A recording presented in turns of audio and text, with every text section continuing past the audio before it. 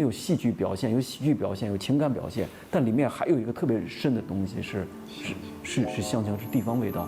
我觉得必须有出色的本地演员来。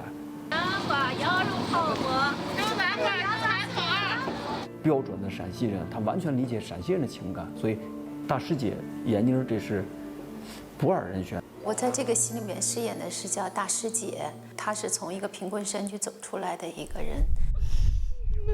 我真的没有变，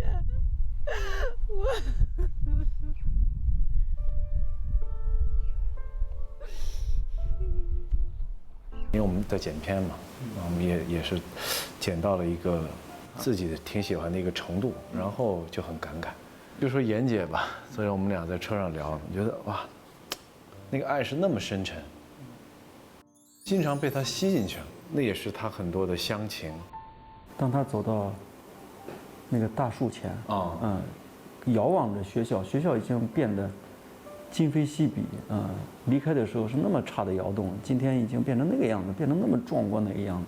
而且他第一条我记得，其实是有点失控了。对，你还记得吗？是哭的有点失控了。我们在现场还有，对，也忽然间，我们俩也有点懵。现场的打板小姑娘都说不敢看他。可能年纪一点一点长大，就可能有一种东西就牵着我回来。